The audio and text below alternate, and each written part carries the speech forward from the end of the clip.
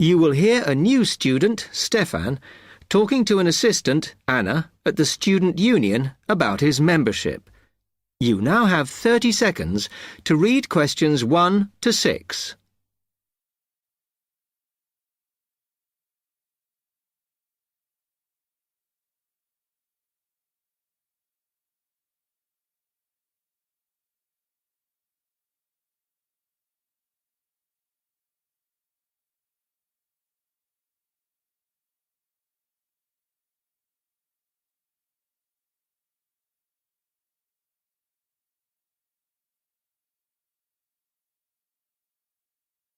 Hi, can I help you? Yeah, I hope so.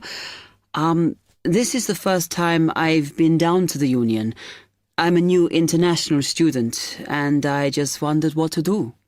Oh, right. Well, normally we ask international students to fill out this form, and we put your details on the wall by reception. Then other students can contact you. It's a way for everybody to get to know each other. It can be a bit lonely otherwise. Oh, I see. What's your name? I'm Anna, by the way. It's Stefan Unger. OK, well, just write that there, next to name, and then fill in the rest. Right. What does it mean, degree program? Oh, just if you are an undergraduate or a postgraduate. Or maybe you're just here for a short course? I'm a postgraduate. Oh. Do I need to say what in? Not really. It's too much detail. But you should put your department so people who have the same interests or problems as you can get in touch. So I'm studying marine construction, so for department, do I put down the science faculty then? Just your actual department. That must be engineering, no? Oh, I see, yes. Then if you list what you like doing in your free time, not that we ever get any when we're studying, and maybe you can meet up with someone socially, or to join a club or something. Well, I like lots of things. Shall I just list them? My advice is to just put one or two, like football and films or whatever. Otherwise, you'll get so many invitations, you won't get any time to work. Okay. I think I'll just list computer games, as that's my big interest. Oh. I haven't played football for ages. I may start to play once I get settled. Now, let's see. Next thing is languages. Yes, we find many of the international students get a bit tired of speaking English all the time. Sometimes they like to speak to someone in their own language. It's up to you. That is a good idea. I presume I don't need to put English down. Oh, no. I put Italian and French. I can only speak German, my mother tongue. OK, well, that's fine. Just put that. What does accommodation mean? Is that my address? We're trying to find similarities between people, and some people live in hall, some are in flats, some are in bedsits. So it helps if you say. I'm in hall, though I'd like to be in a flat, but that won't happen till the end of the first term. Put where you are now. You can always change it later. Then finally, just put your phone number. I haven't really got one. I haven't sorted out a mobile yet. Well, it's going to be difficult for people to contact you then, isn't it? Why don't you put the union one and we'll take messages for you? Okay. It's 02950 659 003. Have you got that? Yes. OK then. You now have 30 seconds to read questions 7 to 10.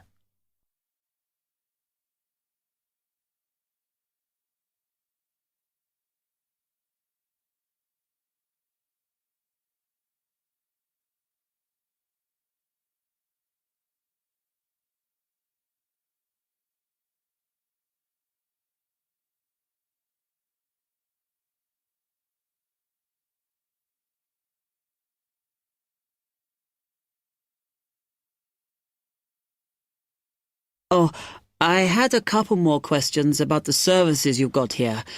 It says there's a photocopier here. Yes, you need to get a card from the shop, and then it's available to all students in the mornings. The union uses it after 1 p.m. Okay. I see also the union organizes loads of events. Are they always held here in the union building? It looks big enough. If you're interested in something, you should check the poster or our website. In fact, we normally use the Round Theatre, opposite the conference centre for most events, because the sound system is better. Right. I'll do that. Also, I wanted to hire a van. Can I do that through you? No. You need to present a case, really. They're not just available for hire to anyone. The president said we have to limit who is allowed to hire them. The person you need to see is the transport secretary. She's on the 2nd floor. Okay, thanks. The other thing is, are all the discounts we get with our union card listed on the back of the card? I thought there might be more. No, that's it, I'm afraid. Mainly books, clothes and music. Though we are currently negotiating to get one on newspapers, so that should be valid from next term. Okay, thanks a lot for your help.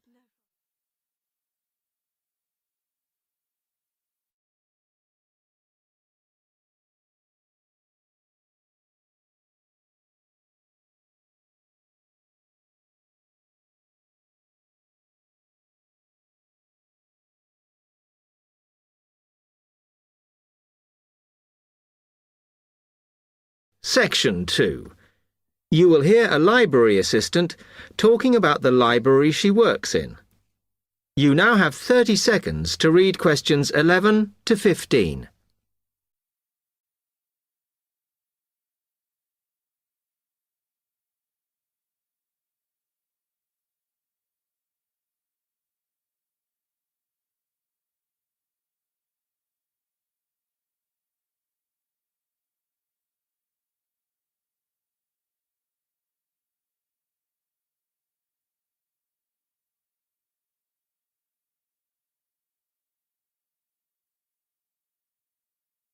Hi, can I help you? Yes. I wanted to join the library. Okay. First of all, let me show you round the library and explain a few things for you. Okay, now we're here at the main entrance. You can see the reception, which is where you bring back and take out books. And also, we can order books and answer your questions there. Next to the reception, where you can see those old desks, is where we keep the magazines, because you can sit down and read there. They're divided into sections for sciences, geography, arts, etc. Then, at the back of the library, you can see the section for old books. Next to that is where the books proper start. That used to be the science section, but now on those shelves you'll find the art section. We had a big reorganisation in the summer, which I think has made it clearer. The numbering is standard, so you should be able to find what you want quite easily. However, if you can't find something, it probably means it's been borrowed. Okay, then in the corner next to the reference section is where we thought it was quietest and away from the phones and printers and things, so we've put the study desks there. They all have computer access if you need it for your laptop. We do ask that you don't just read magazines there, though. Okay, then there's the reference section, where you can look up the files. Then, as we come back to the main entrance, is the next section, where we used to have the languages. It got very busy and noisy, so when we moved everything round, we decided to put the law books here. Also, because it's a smaller section, it fits quite well here. Okay then, we're back at the main entrance. Over there, by reception, there's a door that goes to the extension, And we have further sections, such as languages and study desks through there. So you could have a look round when we've finished. Then, just between reception and the door here, is where we decided to put the computers. But the computer magazines are in the magazine section, as we found too many went missing here. Oh. Okay, is that everything? You now have 30 seconds to read questions 16 to 20.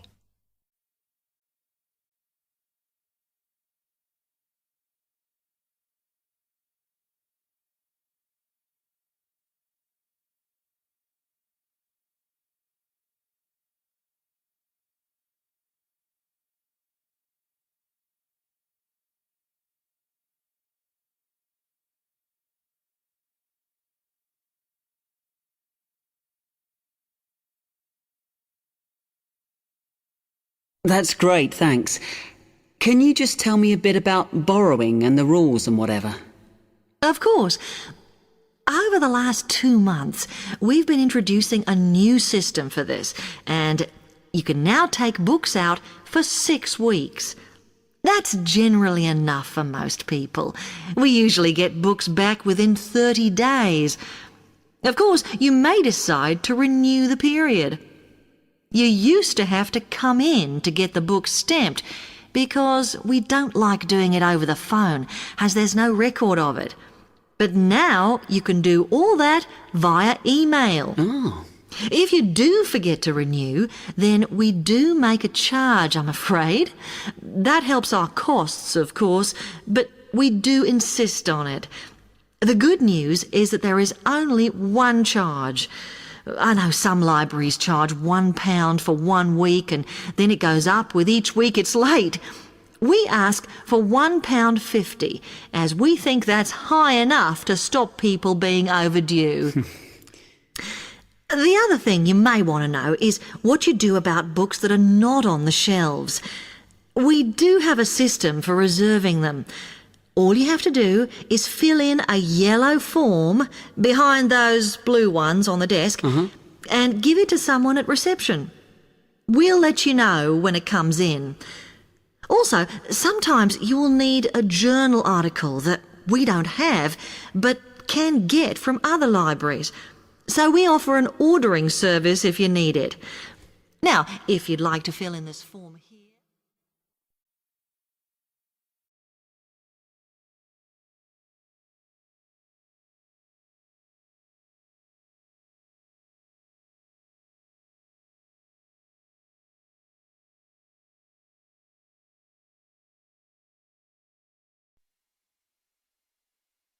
Now turns to Part 3. Part 3. And welcome to this morning's lecture on transport. First, you have some time to look at questions 21 to 25.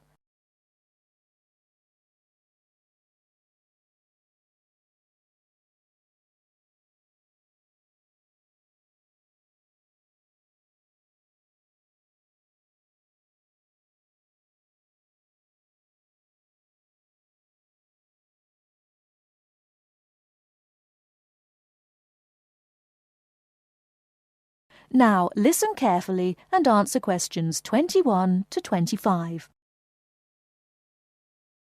Good morning and welcome to this morning's lecture on transport. What I'll be doing today is comparing forms of transport in different countries to see how forms of transport are affected by factors such as geographical landscape and economic development. My focus will be on countries in South America, Europe and Asia. The first country I'd like to look at is Colombia, which is in South America. This is a country where geography plays an important role. Due to the huge amount of mountains and forests in this country, travelling by air is crucial. I don't know if many of you realise this fact, but Colombia was the first country to establish a commercial airline, and in so doing they made aviation history. Today, there are more than 400 airports in Colombia for domestic flights, which highlights the point I made earlier that air travel is a vital means of transport in this country. Colombia also has a road network of about 48,000 kilometres, linking Colombia to Venezuela and Ecuador. Transport by road is important for trade as well as tourism. Apart from this, there is also a railway system, but it is in need of modernisation. The other means of transport is by steamers, with the Magdalena being the main waterway. Now let's turn to Colombia's neighbour, Venezuela. Once again, we see that internal flights are an important means of transport, as like Colombia, Venezuela has remote areas where flying is the easiest means of travelling from A to B. Trains are not popular, and most of the railway lines are in the highlands, as this is where the iron ore mines are. Trains are an efficient means of transporting the iron ore from the mines to the factories. Thus we can see how transport and the economy are interrelated. Ships are also used extensively in this country, and there are many ports, the main seaports being Puerto Cabello and Guanta. Turning now to Europe. Belgium is a country that boasts one of the most compact railway systems worldwide. Inland waterways, or canals, are also an important means of transport, transporting both freight and people. Belgium also has the third largest seaport in the world, namely Antwerpen. Air travel is also important, although this is not linked to geographical terrain, as is the case in the South American countries we've already looked at. Next, I'd like to look at the United Kingdom. Like Belgium, the UK has inland waterways around 4,000 kilometres, yet only about 17% of these are used for commercial transport. The main inland port is Manchester, and the chief seaport is London, with Southampton taking second place. Air travel is extensive in this country, and there are around 150 airports, the most famous being Heathrow. However, about 90% of passengers in the UK travel by road.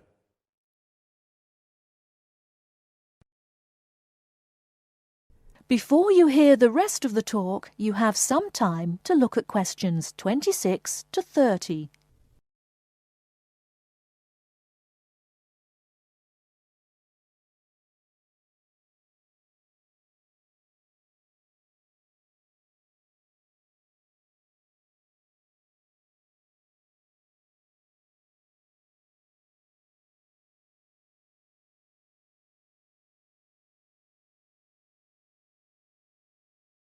Now listen and answer questions 26 to 30. Finally, I'd like to look at two Asian countries. China is a country which reveals how geographical size affects transport development. Roads and railways are widely used, and this has led to a huge amount of bridges being built, such as the Yangtze Bridge, which is probably the most widely known. The Yangtze Bridge is 1.6 kilometres long and is built on two levels. The upper tier is for cars and pedestrians, while the lower is for trains. Railways are especially important, and over 80% of freight and passengers are transported by rail. With such a high proportion of people using trains, it is not surprising that governments in countries like China are prepared to invest in the railway system. Obviously, a fast and effective train service will encourage businesses and the general public to continue using it. The last country I'm going to mention is Japan, which has one of the most advanced transport systems in the world. The railway system is highly developed, and the Tokaido Railway, connecting Tokyo and Osaka, has trains that can travel up to 250 kilometres per hour. Ships are also a vital means of transport in both international and domestic areas. To summarise, we can see that transport varies throughout the world, yet the importance of transport networks, be they air, sea, rail or road, cannot be underestimated. That is the end of part 3. You now have half a minute to check your answers.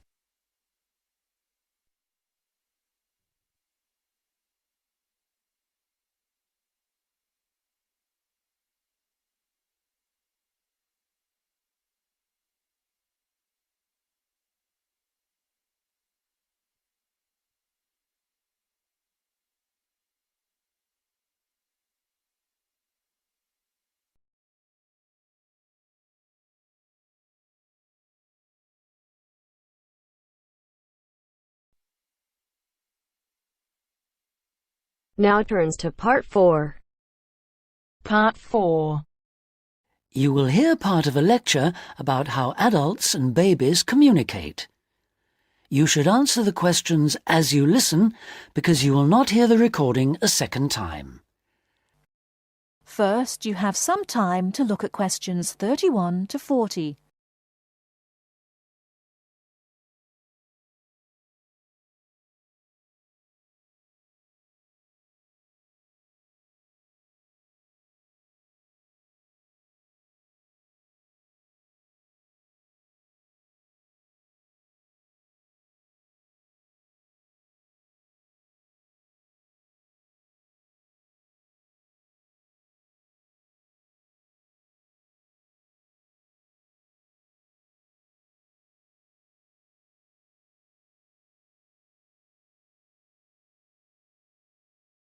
Now listen carefully and answer questions 31 to 40. Hi, I'm Emma Bailey, and today I'm going to be talking baby talk. Hopefully, you'll find the subject interesting rather than infantile. I'd like to start by getting you to imagine a scenario. You're in an office or at a family gathering when a mother comes in with her young baby. Like everyone else, you want to see the mother and baby, and you probably want to talk to the baby. How do you do this? What kind of language do you use? Recent research has shown that adults all talk to babies in similar ways. They repeat phrases over and over again in a high-pitched sing-song voice with long vowel sounds. And if they ask questions, they exaggerate their intonation. Researchers have discovered that this kind of language, which they have called motherese, is used by adults all over the world when they talk to babies. And according to a new theory, motherese forms a kind of framework for the development of language in children. This baby talk, so the theory goes, itself originated as a response to another aspect of human evolution, walking upright. In contrast to other primates, humans give birth to babies that are relatively undeveloped. So, whereas a baby chimpanzee can hold on to its four-legged mother and ride along on her back shortly after birth, helpless human babies have to be held and carried everywhere by their upright mothers.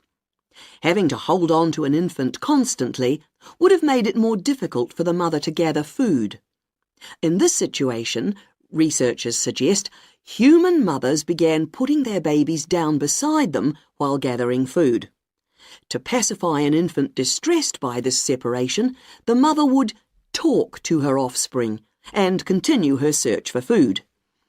This remote communication system could have marked the start of motherese. As mothers increasingly relied on their voices to control the emotions of their babies and later the actions of their mobile juveniles, words emerged from the jumble of sounds and became conventionalized across human communities, ultimately producing language.